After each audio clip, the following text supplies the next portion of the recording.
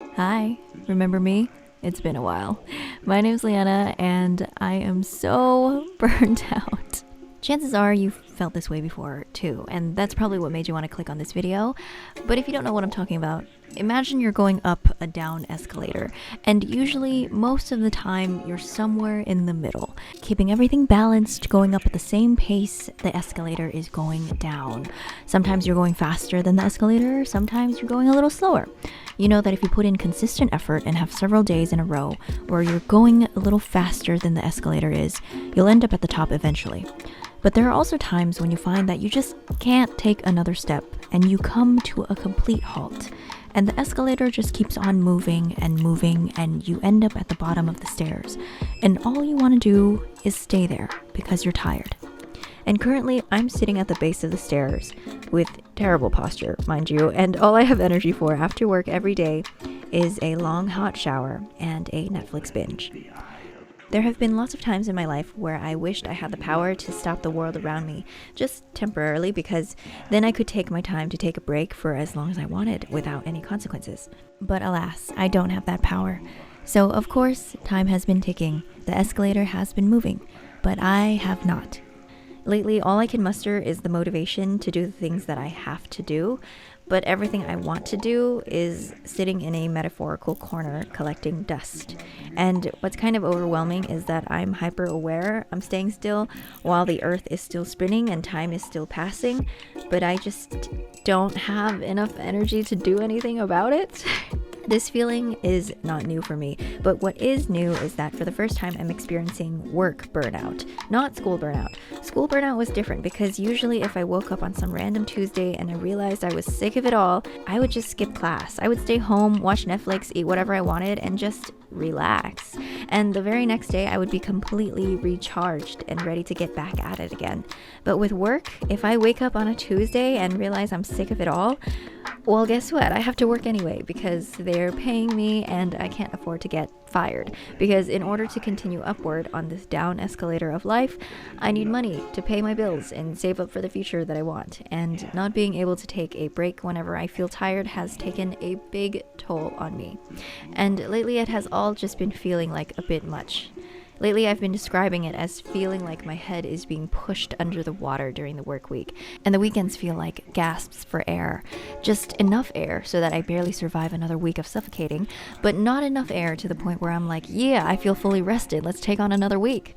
But since you're watching this video right now, my first video in a long while, it means that I have at least managed to stand up and get my right foot on the escalator again. And it's gonna be a little while before I find the strength in my legs and find myself back in the flow of things, but that's okay.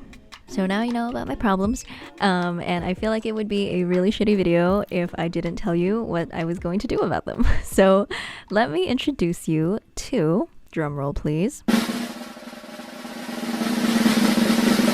Leanna's 4-pillar action plan to gently rekindle the fire inside of me that I will take my time to execute little by little because finding motivation is really hard sometimes, especially after long periods of feeling burned out, and the least I could do is be kind to myself and let myself go at my own pace. So, you ready? Pillar number 1. We're so focused on answering the question, what's next, that oftentimes we don't realize we're right in the middle of what we used to want so badly. I'm a planner and I'm goal-oriented. I see my life in big milestones. Graduate college, establish career, buy a house, become financially stable. But these things don't happen overnight, and I know that.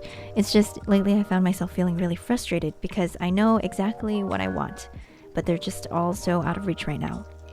But I know that just because I can't buy a house tomorrow doesn't mean that I should be sad in the meantime, because that sounds like I would be in for some very miserable days ahead. Like, what am I supposed to do? Wake up every morning, ask myself if I have a house yet, and when the answer is no, just decide to be depressed? No, that is not a good idea. So my solution to this is to celebrate the little milestones, because there are a lot of things that are in between doing absolutely nothing and doing something as big as buying a house that are completely and totally worthy of celebration. Recently, I did something really scary. I would say this one falls somewhere in the medium category, considering I almost shit my pants.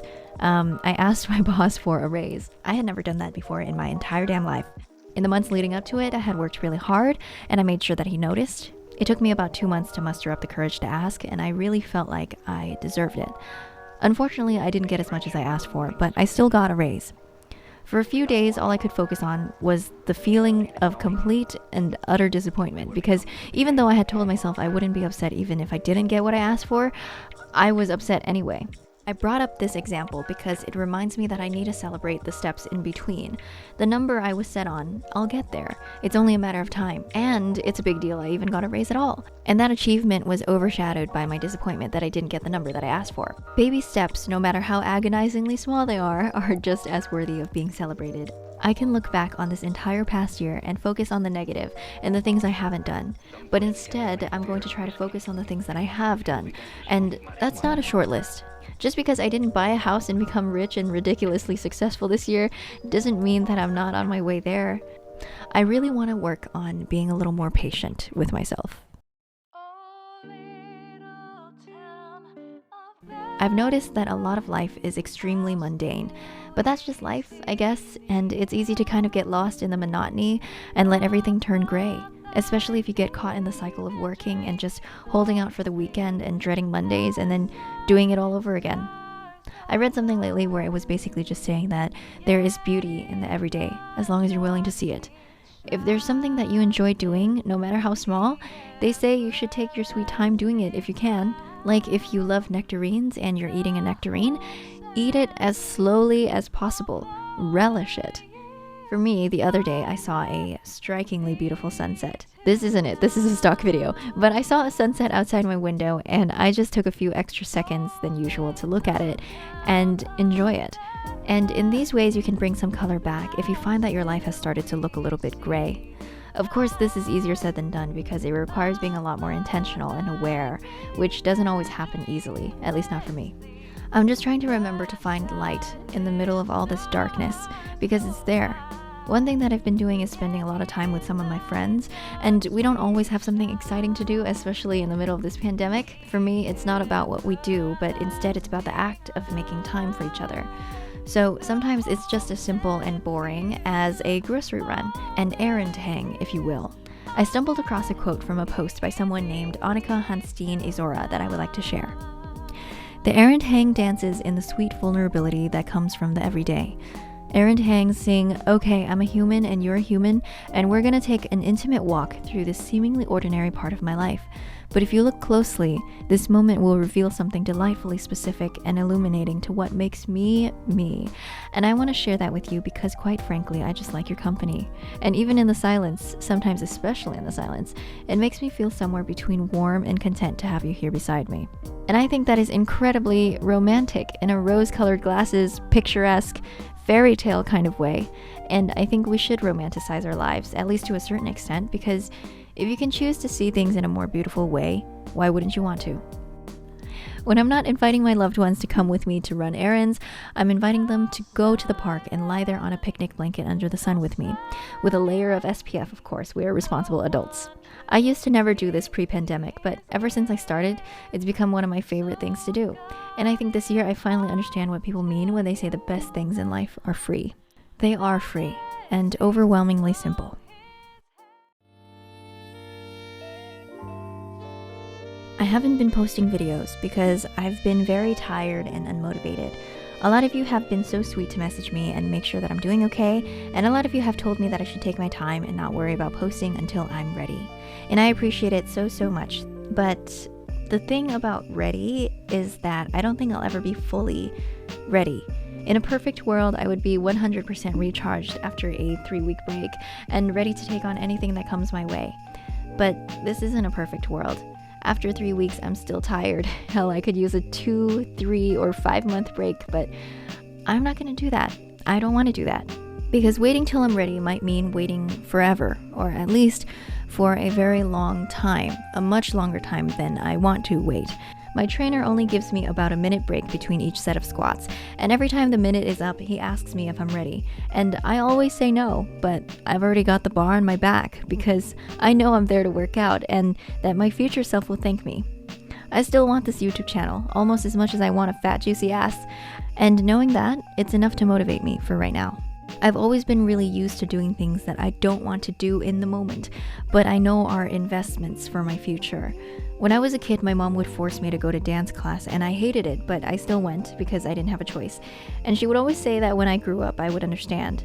And when I picked engineering and realized that I hated it, I stuck with it because if I changed my major, I would delay my graduation date, and my dad would probably have to pay for an extra year, and I didn't want to be a burden, so I stuck with it. And I also knew that all the suffering would be worth it once I got a job and the money started coming in. I've really internalized the notion that responsibility means doing things that you don't necessarily want to do sometimes, all for the sake of what your future self would be grateful for. Or maybe it's more of a finish what you started type deal. But is it always worth it? What if it comes at the cost of your health and happiness? I've never wanted to be a quitter, but sometimes what starts out as a passion project just no longer is. And that's okay, because as people, our interests and priorities are constantly shifting. So recently I've been warming up to the idea that being a quitter doesn't necessarily equal being a loser, but instead the opposite. It's important to be able to recognize when something doesn't bring you joy or align with your goals anymore. And it's also equally important to do something about it.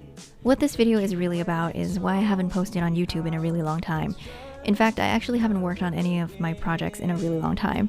In the past few months, I haven't posted any podcast episodes, I haven't accepted any press-on nail orders, and the truth is, I just felt like I didn't want to do the podcast or make nails anymore. Or rather, I didn't have the energy, and what surprised me was that I didn't care. The one thing that I did care about was my YouTube channel, and that's what told me I don't want to stop posting videos completely. I just needed a break and a reevaluation of what kind of content I want to be putting out. The kind of videos that I had been making, occasional get ready with me's, artsy, chatty videos, makeup and mythology, they just all started to feel really bleh, for lack of a better word. And I just started asking myself, what's the point? A lot of you may have been introduced to my channel through my makeup and mythology series, and that was my goal, to get a lot of people watching a series on my channel and coming back consistently each week for a new episode. At first, I really loved it. It felt like I had my own TV show. I love makeup and I love mythology, and I loved the feedback that I was getting, so it should have been a match made in heaven. But in the past few months, it just got to a point where every time I had to do research and write a script for a new video, I would just feel this sense of dread and exhaustion in my chest, and I would just keep putting it off for the next day, and then the next, and then the next. And it took me a really long time to realize I hate doing research. It feels like I'm in school. I don't enjoy making makeup and mythology videos anymore, so I've decided to stop the series. And I think 30 is a nice round number of episodes to end the series at, and I'm so grateful if you were consistently watching them. So thank you, and I would understand if you were just here for the stories and not for me. I wouldn't be upset if you decided to unsubscribe upon hearing this news. But before you decide whether or not you want to do that, I want to share with you what I ultimately came up with for the type of videos that I want to be posting from here on out. In one sentence, I want to show you who I am, authentically. To me, the videos I've made that feel the most authentic are similar to the one that you're watching right now, where it's kind of a really long voiceover of me just rambling about my feelings and my point of view. I've made a lot of decisions on this channel based on the assumption that you don't care about who I am, because I'm boring, and you'd much rather see me dye my hair, or talk about a movie, or do my nails, or talk about mythology, just anything that's not about me as a person, because who gives a shit? But in the past few months, I've noticed that the videos that generally perform better than usual are the ones where I'm telling you a story of who I am, and I think that's really something. And it just so happens that I love making this kind of video because it's personal and fulfilling, and it feels most authentically me. So I'm gonna chase this. These kind of videos are actually the most exhausting to edit, and when I really cared about posting consistently, I relished the videos that were easy to edit. Makeup and mythology, so easy. Get ready with me's, so easy. Because these videos are so labor intensive, both emotionally, because it's hard for me to talk about my feelings, and in terms of time consumption, I can't post weekly anymore. Posting weekly was never about anything other than channel growth and money, and that's a big part of why I started this channel. Sometimes I would just make a video because I knew it would do well, or because I needed a quick one just to post, but I didn't really care about it. While money was a really big motivator for me, an equally big part of why I started this channel was that I genuinely enjoy making videos. And now that I have a job, I have a lot less time, but I do have a lot more money.